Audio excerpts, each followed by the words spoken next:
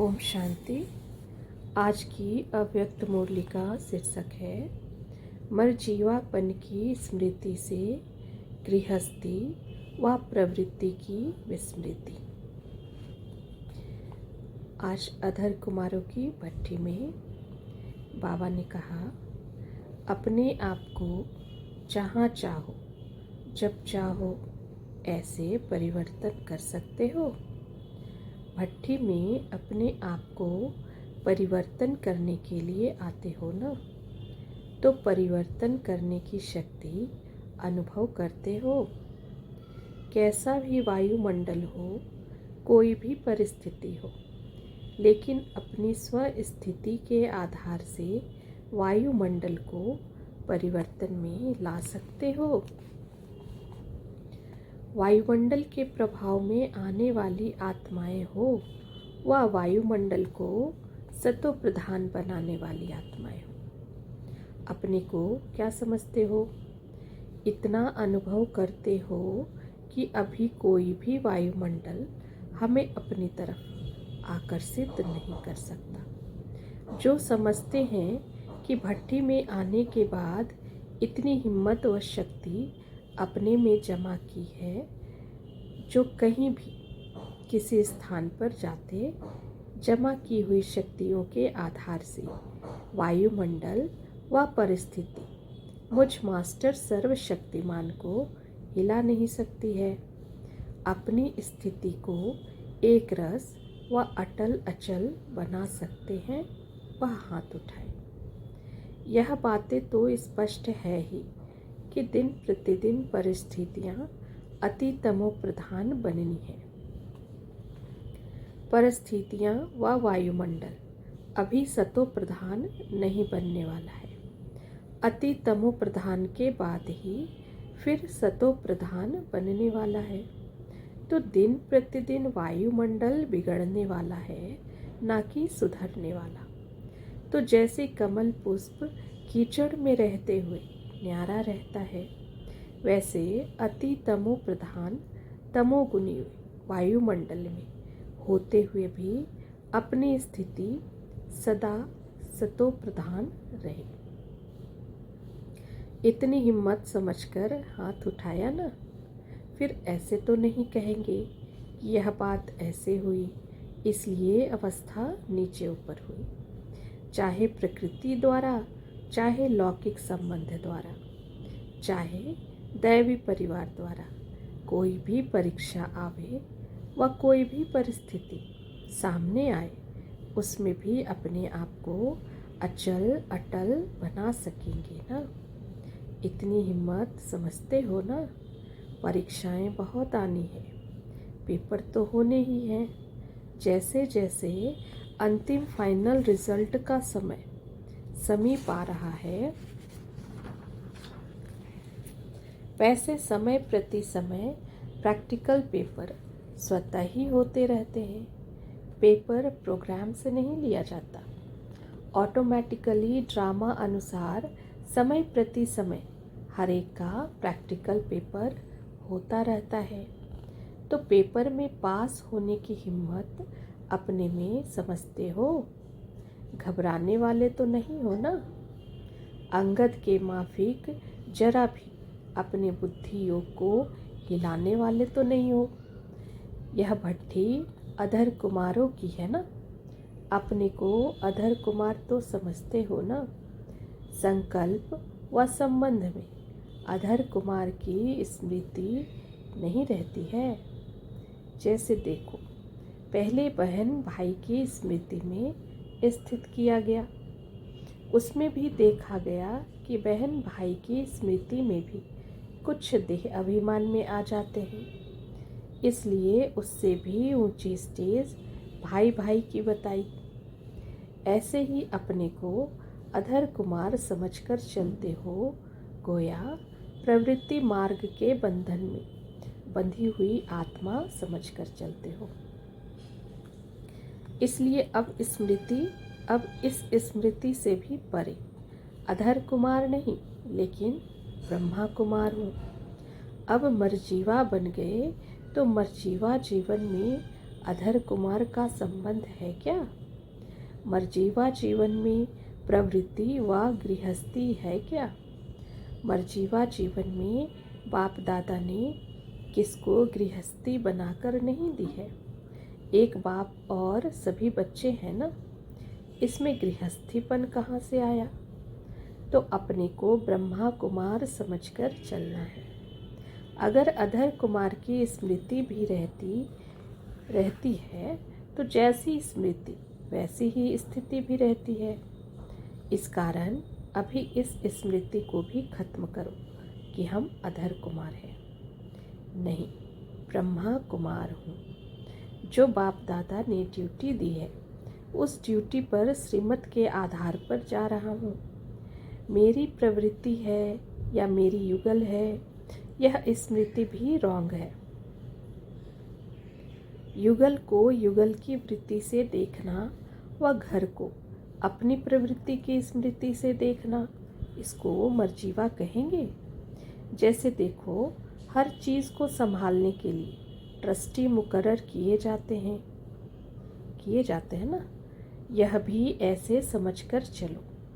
यह जो हद की रचना बाप दादा ने ट्रस्टी बनाकर संभालने के लिए दी है, वह मेरी रचना नहीं, लेकिन बाप दादा द्वारा ट्रस्टी बन इसको संभालने के लिए निमित्त बना हुआ हूँ। ट्रस्टीपन में मेरापन नहीं होता, ट्रस्टी निमित्त होता है। प्रवृत्ति मार्ग की वृत्ति भी बिल्कुल ना हो।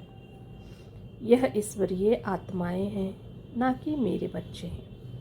भल छोटे छोटे बच्चे हो तो भी क्या बाप दादा ने छोटे बच्चों की पालना नहीं की क्या? जैसे बाप दादा ने छोटे बच्चों की पालना करते हुए ईश्वरीय कार्य के निमित्त बना दिया, वैसे ही छोटे छोटे बच्चे व बड़े जिन्हों के प्रति भी बाप द्वारा निमित्त बने हो, उन आत्माओं प्रति भी यह वृत्ति रहनी चाहिए कि इन आत्माओं को ईश्वरीय सेवा के योग्य बनाकर इसमें लगा देना है। घर में रहते ऐसी स्मृति रहती है। जैसे ईश्वरीय परिवार की अनेक आत्माओं के संबंध व संपर्क में रहते हो, वैसे ही जिन आत्माओं को ड्यूटी मिली है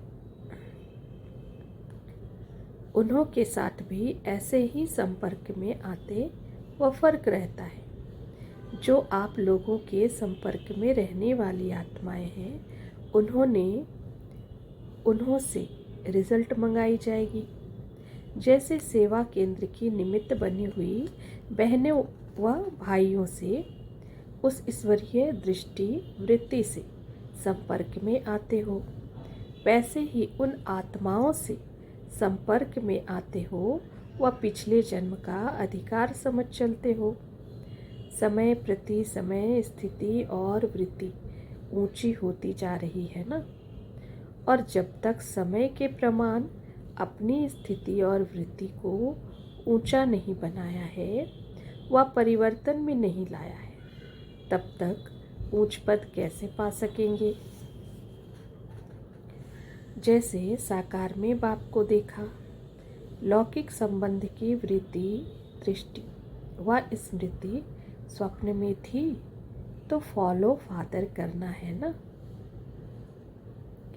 क्या वही लौकिक संबंधी साथ नहीं रहते थे क्या? तो आप लोगों को भी साथ रहते हुए इस स्मृति और वृत्ति में चलने की हिम्मत रखनी है। इस भट्टी में क्या परिवर्तन करके जाएंगे? अधर कुमार का नाम निशान समाप्त। जैसे भट्टी में पड़ने से हर वस्तु का रूप परिवर्तन हो जाता है, वैसे इस भट्टी में मैं प्रवृत्ति मार्ग वाला हूँ, मैं अधर कुमार हूँ। इस स्मृति को भी समाप्त करके यह समझना कि मैं ब्रह्मा कुमार हूँ और इन निमित्त बनी हुई आत्माओं की सेवा करने के लिए ट्रस्टी हूँ। इस स्मृति को मजबूत करके जाना, यही है भट्टी का परिवर्तन। इतना परिवर्तन करने की शक्ति अपने में भरी है, वह वहाँ जाकर फिर प्रवृत्ति वाले बन जाएंगे। अभी प्रवृत्ति नहीं समझना, लेकिन इस गृहस्थीपन की वृत्ति से परवृत्ति अर्थात दूर। गृहस्थी की वृत्ति से परे ऐसी अवस्था बनाकर जाने से ही अज्ञानी आत्माएं भी आपको आपके चलन से, आपके बोल से, नयनों से जो न्यारी और प्यारी स्थिति गाई जाती है उसका अनुभव कर सकेंगे। अब तक दुनिया के बीच रहते हुए दुनिया वालों को न्यारी और प्यारी स्थिति का अनुभव नहीं करा पाते हो, क्योंकि अपनी वृत्ति इतनी न्यारी नहीं बनी है। न्यारी न बनने के कारण इतने प्यारे भी नहीं बने हो। प्यारी चीज़ सभी को स्वतः ही आकर्षण करती है, तो दुनिया के बीच रहते हुए ऐसी न्यारी स्थिति बनाएंगे तो प्यारी स्थिति भी स्वतः बन जाएगी।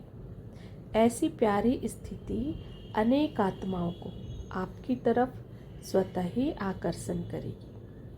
अभी भी मेहनत करनी पड़ती है ना, क्योंकि अभी तक जो न्यारी और प्यारी स्थिति होनी चाहिए वह प्रत्यक्ष रूप में नहीं है। अपने आप को प्रत्यक्ष करना पड़ता है। अगर प्रत्यक्ष रूप में हो तो प्रत्यक्ष करने की मेहनत ना करनी पड़े, तो अब उस श्रेष्ठ स्थिति को कर्म में प्रत्यक्ष रूप में लाओ। अब तक गुप्त है, दुनिया के बीच अलौकिक दिखाई देते हो। कोई भी दूर से आप लोगों को देखते अलौकिकता का अनुभव करते हैं कि साधारण समझते हैं। प्रैक्टिकल जीवन का इतना प्रभाव है जो कोई भी देखकर समझे यह कोई विशेषात्माएं हैं। जैसे स्थूल ड्रेस को देखकर समझ लेते हैं कि यह हम लोगों से कोई न्यारे हैं, वैसे ही यह सूरत व अव्यक्त मूर्त न्यारापन दिखावे, तब प्रभाव निकलेगा। चलते फिरते ऐसी श्रेष्ठ स्थिति हो, ऐसी श्रेष्ठ स्मृति और वृत्ति हो जो चारों ओर की वृत्तियों को अपनी तरफ आकर्षण करे। जैसे कोई आकर्षण की चीज़ आसपास वालों को अपनी तरफ आकर्षित करती है ना, सभी का अटेंशन जाता है, वैसे यह रूहानियत व अलौकिकता आसपास वालों की वृत्तियों को अपनी तरफ आकर्षित नहीं कर सकती है। क्या यह स्टेज अंत में आनी है? साधारण रीति भी कोई रॉयल फैमिली के बच्चे होते हैं तो उनकी एक्टिविटी से, उन्हों के बोल से ना परिचित होते हुए भी जान लेते हैं कि यह कोई रॉयल फैमिली की आत्माएं हैं। तो क्या अलौकिक वृत्ति में स्थित रहने वाली श्रेष्ठ आत्माओं का दूर से इतना प्रभाव नहीं पड़ सकता है? क्या मुश्किल है? जो सहज बात होती है वह करने में देरी लगती है क्या? ऐसे समझें कि भट्टी में इतने सभी अलौकिक शक्तिशाली मास्टर ज्ञान सूर्य जब चारों ओर जाएंगे तो जैसे सूर्य छिप नहीं सकता, वैसे मास्टर ज्ञान सूर्य का प्रकाश व प्रभाव चारों ओर फैलने से यहाँ तक भी प्रैक्टिकल सबूत आएगा। सबूत कौन सा? कम से कम जो आप द्वारा प्रभावित हुई आत्माएं हो उन्हों का समाचार तो आवे। स्वयं ना आए, समाचार तक तो आए। हर एक तरफ जाकर प्रभाव डाले तो कितने समाचार पत्र आएंगे? ऐसा सबूत देंगे। वह जैसे भट्ठी करके जाते हैं, कुछ समय प्रभावशाली रहते फिर प्रभाव में आ जाते हैं। बाप तो सदैव उम्मीदवार ही रहते हैं। अब रिजल्ट देखेंगे कि कहाँ तक अविनाशी रिजल्ट चलती है और कहाँ तक अटल अचल रहते हैं। वरदान भूमि में वरदानों की प्राप्ति जो की है उन प्राप्त हुए वरदानों से अवरदाता मूर्त बनकर निकलना है। कोई भी आत्मा संबंध व संपर्क में आवे तो महादानी और महावरदानी इसी स्मृति में रहते हुए हर आत्मा को कुछ न कुछ प्राप्ति जरूर करानी है। कोई भी आत्मा खाली हाथ नहीं जानी चाहिए। आप तो महादानी हो ना, उस दान को संभालते हैं व नहीं, वह उनकी तकदीर हुई। आप तो महादानी बन अपना कर्तव्य करते रहो उसी कल्याणकारी वृत्ति और दृष्टि से। विश्व कल्याणकारी हूँ, महादानी हूँ, वरदानी हूँ। इसी पावरफुल वृत्ति में रहने से आत्माओं को परिवर्तन कर सकेंगे। अभी अपनी वृत्ति को पावरफुल बनाओ। अच्छा, ओम शांति।